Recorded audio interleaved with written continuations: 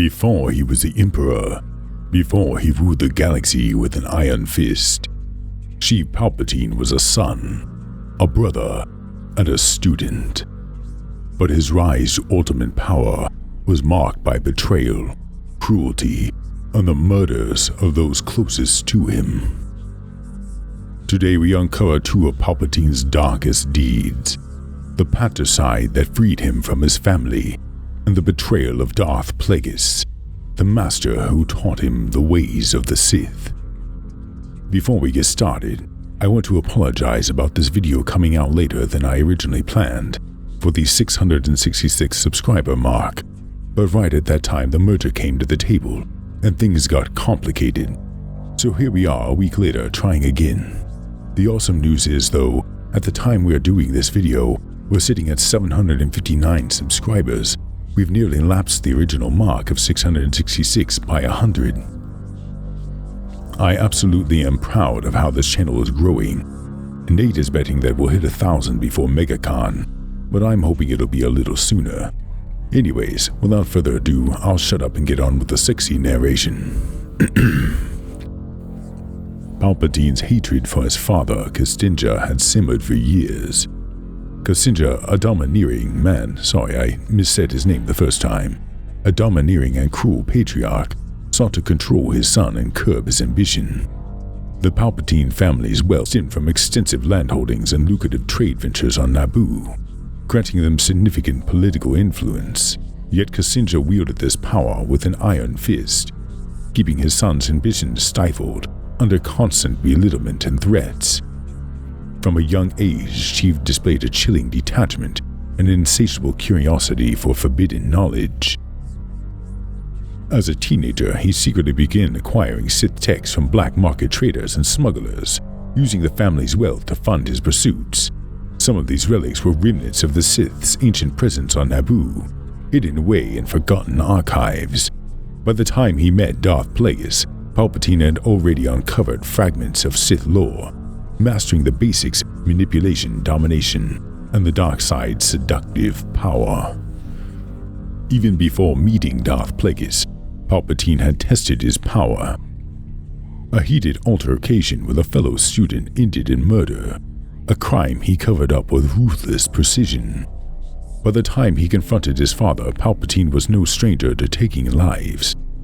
But the murder of his family would mark a decisive moment in his descent into darkness.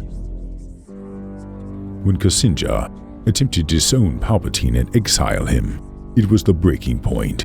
Years of suppressed rage exploded in a storm of dark side power. In that moment, Chief Palpatine embraced his true nature. He didn't stop with his father, his mother, his siblings. All were silenced in a brutal, unrelenting frenzy of power. For Palpatine, it was not just an act of vengeance, but liberation. By killing them, he severed the last ties to his old life and fully embraced the dark side. When Plagueis arrived, he saw the carnage as proof of Palpatine's potential. Rather than scolding him, Plagueis encouraged his apprentice, solidifying their dark alliance. Years later, Palpatine's ambition would reach its peak. By this time, he had learned everything he could from Darth Plagueis, the Sith Lord who entrained him. But for the Sith, the rule of two was absolute: one to embody power, and one to crave it. And Palpatine craved it all. For years, Palpatine carefully hid the full extent of his abilities, believing himself the ultimate master. Plagueis' fatal flaw was his arrogance. He believed he had achieved ultimate power, even immortality, but Palpatine had other plans. While his master slept drunk from wine, Palpatine struck. Or perhaps Plagueis allowed him to strike. We will never really know. It wasn't a quick death. Palpatine prolonged the attack, ensuring that Plagueis felt every agonizing moment. This was the culmination of Sith philosophy. Betrayal was not just exception, it was necessary. It was a rite of passage. With Plagueis' death, Palpatine became the Dark Lord of the Sith. He had no regrets, no hesitation. For him, this was the culmination of destiny. The Sith tradition of betrayal ensured that only the strongest would rule. And now, that ruler was him. The murders of his father and Darth Plagueis were not mere acts of violence. They were deliberate steps in Palpatine's ascension. These moments defined the man who would become the Emperor, a being who valued power above all else, who saw relationships as tools, and who left a trail of destruction in his path of ultimate control. When it comes to my videos, you know I always love to include a little behind-the-scenes knowledge. I've spoken before in my video, The True Origins of the Force, Mythology and Star Wars, that George looked to many religions during the writing of Star Wars. Here's what Nate at the Cantina had to say about Order 66 and its origins. George Lucas himself has discussed how themes of good versus evil, sacrifice, and redemption of a fallen hero in Star Wars draws inspiration from several faiths and belief systems. Specific to today's topic, Order 66 draws an especially distinct inspiration from the biblical number 666, known as the Mark of the Beast, or the Antichrist, in the book of Revelation. For more information on this, feel free to look through Revelation yourself.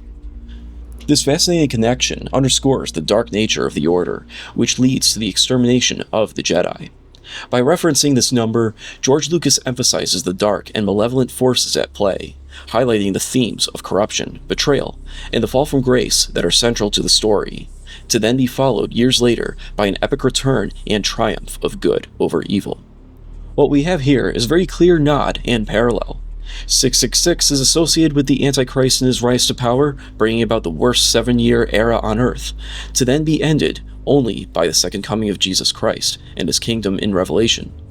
Order 66 paves the way to Palpatine's rise to power, bringing about 20+ years of galactic oppression until liberated by the return of the Jedi.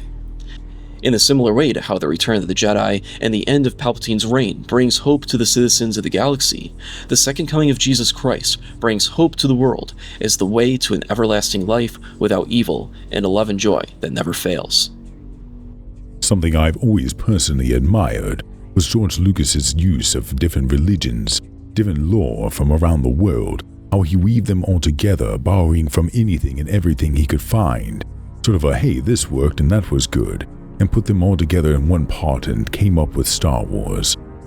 One of the things about Palpatine I always enjoyed was his rise to power wasn't just a political maneuver, it was an intricate game of manipulation and deception. From his earliest days in the Senate, he played the Republic like a puppet, using the crises like Naboo and the blockade, and the Clone Wars itself to propel himself into the positions of power he desired. Every step he took was calculated to consolidate control, all while creating a facade of being a benevolent leader. His true intentions, however, lay in the chaos he engineered, with the ultimate goal of seizing absolute authority.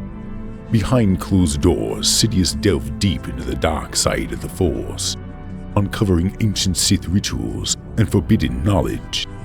His obsession with immortality led him to study methods to cheat death and manipulate the Force in ways the Jedi could never fathom. In fact, in an unusual scene from Revenge of the Sith, Sidious speaks of the Sith's abilities to preserve their spirits beyond death, an unsettling glimpse into his thirst for power that extends far beyond the physical realm. Palpatine's relationship with his apprentices was just as cold as his political ambitions. His first apprentice, Darth Maul, was nothing more than a tool to further his plans. When Maul became a liability, Sidious discarded him without a second thought, showing that no one, not even his most loyal servant, was safe from his insatiable hunger for dominance. Even after Maul's fall, Sidious continued to use him, turning Maul into a pawn in the greater game of the galactic manipulation. The pinnacle of Sidious' ruthlessness came from the execution of Order 66. With a single command, he turned the Republic clones against the Jedi, orchestrating the purge to eliminate his enemies. The Jedi, once the defenders of the Republic, became the victims of the very system they fought to protect. Sidious had not only ended the Clone Wars, he had ensured the galaxy would be forever under his iron grip. But his greatest deception lay in how he manipulated the entire galaxy into believing the Separatists were the true threat. Sidious controlled both sides of the war, using it as a means to destabilize the Republic and create the perfect condition to declare himself Emperor. The dark side's influence was never more apparent than in his ability to pull the strings from the shadows, like a phantom at the center of it all. As a Sith, Palpatine embraced the rule of two, knowing that only one apprentice could ever be the true heir to his power. His betrayal of his own master, Darth Plagueis, was inevitable. Sidious had learned everything he ever needed from Plagueis, only to eliminate him once the master had outlived his usefulness. It wasn't just taking the throne, it was about proving that no one could stand against him, not even the one who had taught him the ways of the dark side. And through it all, Sidious was driven by one singular obsession: to conquer death itself. With Plagueis' teachings, he sought to control life and death, to become more than mortal man. His twisted ambition led him to kill the one person who could have helped him master the secrets of eternal life. For Sidious, there was only one path: to reign supreme no matter what the cost. Anyways, that brings us to the end of our deep dive into the mind of Emperor Palpatine, his manipulation, his power, and the countless lives he shattered in his pursuit of domination. But I want to know what you think. What were Palpatine's darkest moments? Was his manipulation of the galaxy his greatest crime? Or do the billions of deaths he's caused weigh heavier? Drop your thoughts and comments down below. Let's get the conversation going. And if you enjoyed this breakdown, don't forget to like, subscribe, and hit that bell notification so you'll never miss another video from Outcast Cantina. Thanks for watching, and may the Force be with you always.